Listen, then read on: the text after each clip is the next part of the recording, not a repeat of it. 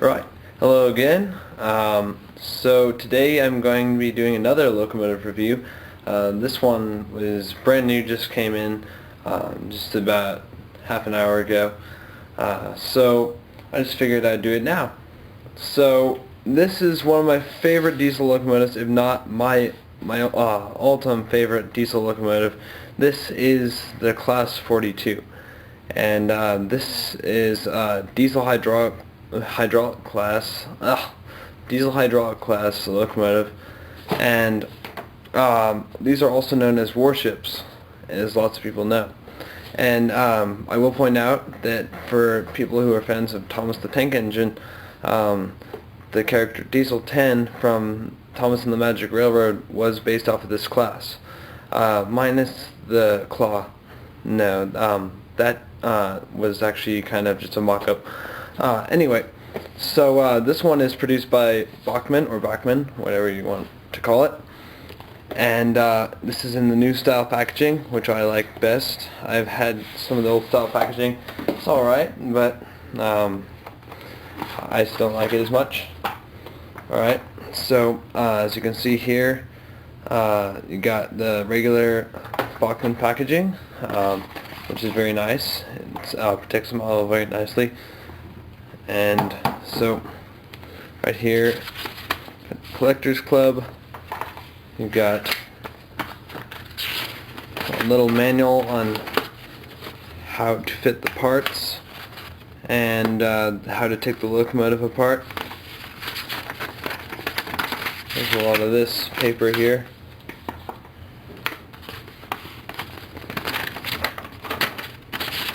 I believe this is for the decoder, which this particular model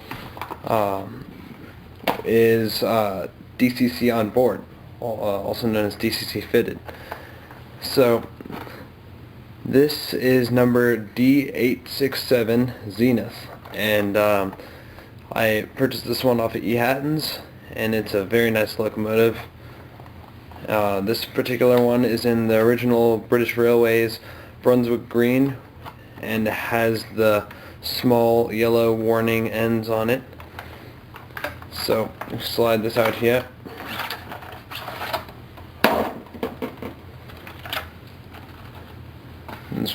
So as you can see over here, we have a little bag of parts, and the green pieces you see are to cover the piece, the space right here, if you decide not to put those NEM couplings on. If you decide to take those off, instead of having a big hole right there, you can fit these parts, and it goes blocks right there. Looks a little more realistic, so I might do that on the front of the locomotive, obviously not on the back, because I need to pull coaches with it. But it also comes with the blanking plate for the 21-pin decoder, in case you decide to make a DC.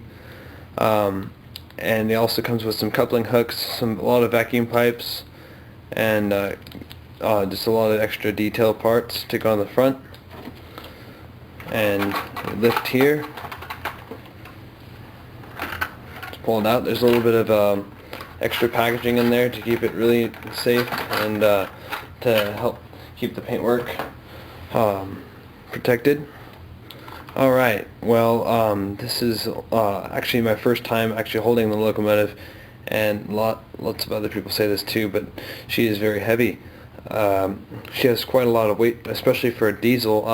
For example, the Class 40 over there probably doesn't even weigh about half this weight. So it is very heavy. So yes, this one is in the Brunswick green, and this was the original livery for this locomotive. Now, these locomotives were built from 1958 through 1961, and they were retired between 1968 and 1972, and most of them were cut up in Swindon in 1972. 38 were produced, and 2 were preserved. Unfortunately, that's the only amount that were preserved. I kind of wish that more were preserved, but That's alright. I'm glad that there's still two around. So if you live in England, then feel free to give them a visit. I believe Onslaught number number D821 and number D832, I believe, are the numbers that are still surviving. Onslaught and I think Greyhound. So those are the ones that are still preserved. Now, this is a very impressive locomotive. This originally was designed after the German V200 locomotive, which was a larger version of this, and they agreed with the manufacturer to get a license to downsize the design and shape of the locomotive and redesign it for a smaller version. And this was the outcome, and it's very nice. This was one of the first diesel hydraulic locomotives ever introduced, and this only worked for the British Railway. Now this is a passenger class locomotive. This replaced a lot of steam locomotives for passenger use. However, since this was not a standard class locomotive, it was soon replaced not too long after it had replaced some other steam engines. So it only had about 10-year run, maybe 12. So unfortunately these weren't in service for very long, but very nice locomotive nevertheless. Strangely, they were cut up in the same place that they were built. All 38 locomotives were built in Swindon. So on we go. Now this locomotive had two 1135 horsepower diesel engines, and this locomotive weighed 78 tons, and also had a 960 gallon fuel tank, which means that these had a pretty long range for use. I believe the fuel tank is located right here like most diesels are, but you can see that there's a fair amount of space right here. So as you can see around the locomotive, it's very detailed around the sides,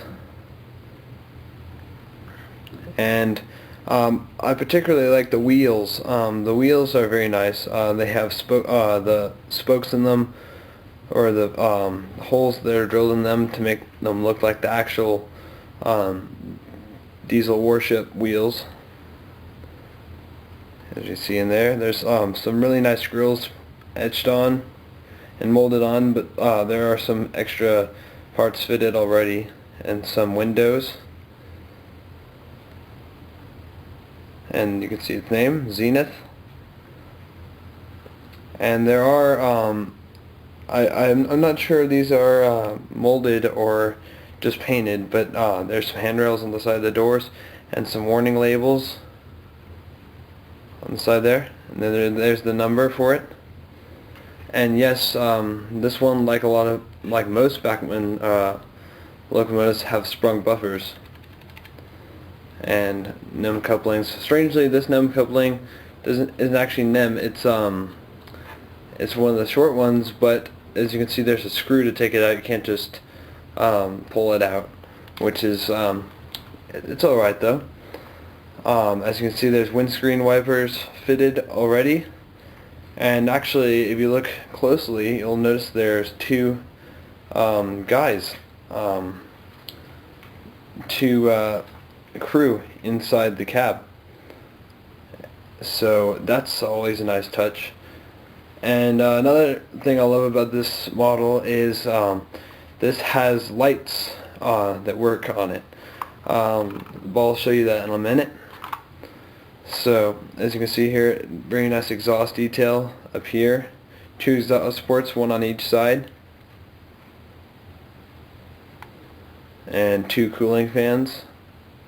And the top is painted gray, obviously.